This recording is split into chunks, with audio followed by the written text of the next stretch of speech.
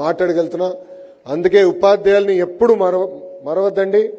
ఎంత పైకి వెళ్ళినా, ఇతర దేశాలకు వెళ్ళినా, ఇతర రాష్ట్రాలకు వెళ్ళినా ఉపాధ్యాయుల్ని, పాఠశాలని మర్చిపోకూడదని ఈ సభాముఖం మీ అందరు తెలుపుకుంటూ, ఇప్పటికీ బాగా ఆలస్యమైంది, క్షమించాలి. అందరికీ బాగా ఆకలిస్తూ ఉంటుంది. ఆకలిస్తుందా? అబ్బాయిలు అడగల, అమ్మాయిలు అడుగుతున్నా. రెడీగా ఉన్నారు. సో బాగా ఆకలిస్తుంది, క్షమించాలి. మిమ్మల్ని అందరినీ ఇబ్బంది పెట్టినందుకు. స్కూల్కి వెళ్ళినప్పుడు అక్కడ పిల్లలు డెమాన్స్ట్రేషన్ చేస్తుంటే దాంట్లో ఎంగ్రాస్ అయ్యి ఎక్కువ సమయం గడిపాను పిల్లలతో, అందుకే లేట్ అయింది. కానీ నాకు ఇంత అద్భుతమైన అవకాశం ఇచ్చిన ఉపాధ్యాయులకి, ఇక్కడున్న పిల్లలకి, ప్రత్యేకంగా మోహన్ రెడ్డి గారికి నా హృదయపూర్వక ధన్యవాదాలు తెలుపుకుంటూ, మోహన్ రెడ్డి గారిని ఒక విషయం కోరాలనుకుంటున్నా. గురుగారితో నేను డిస్కస్ చేయలేదు. కారులో సుమారుగా 45 నిమిషాలు ప్రభుత్వ విద్యా వ్యవస్థను ఎలా బలోపేతం చేయాలి, లెర్నింగ్ అవుట్కమ్స్ అనేది ఎలా తీసుకురావాలనేది గురుగారితో నేను చర్చించా. ఈ సభాముఖంగా ఆయన కోరేది ఒక విషయం ఉంది. నేను ఒక ఇన్ఫార్మల్ అడ్వైజరీ కౌన్సిల్ ఏర్పాటు చేసుకుంటున్నాను అక్రాస్ సెక్టర్స్. హైయర్ ఎడ్యుకేషన్లో ఇప్పటికీ ఒక కౌన్సిల్ ఉంది. వాళ్ళ ద్వారా నేను ఎవ్రీడే వాళ్ళతో చర్చించి వాళ్ళ ఫీడ్బ్యాక్ తీసుకుని సంస్కరణలు తీసుకురావాలన్నా కరికులం అప్గ్రేడేషన్ పైన చాలా శ్రద్ధ పెడుతున్నాం. స్కూల్ ఎడ్యుకేషన్ అంటే కేజీ నుంచి 12th గ్రేడ్ వరకు కూడా అనేక సంస్కరణలు తీసుకురావాలని మీతో నేను చర్చిస్తాం జరిగింది. మీరు అనుమతిస్తే ఇట్లా ఒక అడ్వైజరీ కౌన్సిల్ ఏర్పాటు చేసి దానికి మీరు చైర్గా ఉంటే as an invitees we will all come. And మీరు ఎవరినైతే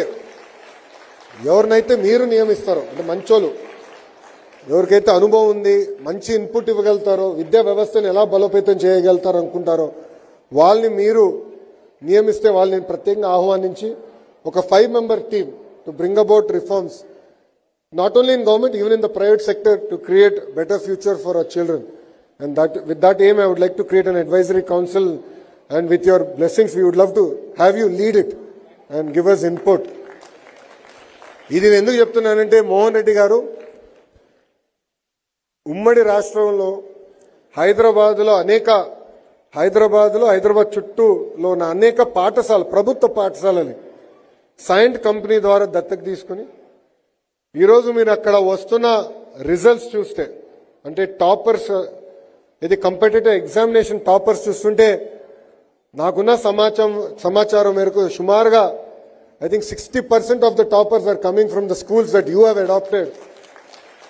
So I think we have a lot to learn from it, and we would love to work under your leadership and under your guidance. With this, I'd like to thank all of you. Thank you one and all. చివరగా మన పహల్గాం దాడి చూసాం.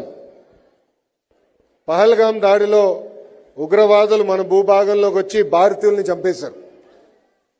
ఇలాంటి సంఘటన జరిగినప్పుడు ప్రధానమంత్రి, గతంలో ఉన్న ప్రధానమంత్రులందరూ కూడా యుఎన్కో, యుఎస్కో ఫోన్ చేసి ఇది అన్యాయం కదా అనేవారు. కానీ భారతదేశం కోసం నిలబడి పాకిస్తాన్లో ఉన్న టెర్రరిస్ట్ క్యాంప్స్ అన్ని ఎవరికి చెప్పకుండా మిసైల్స్ ద్వారా భూస్థాపితం చేసిన గొప్ప ప్రధానమంత్రి, గౌరవ ప్రధానమంత్రి నరేంద్ర మోడీ గారు.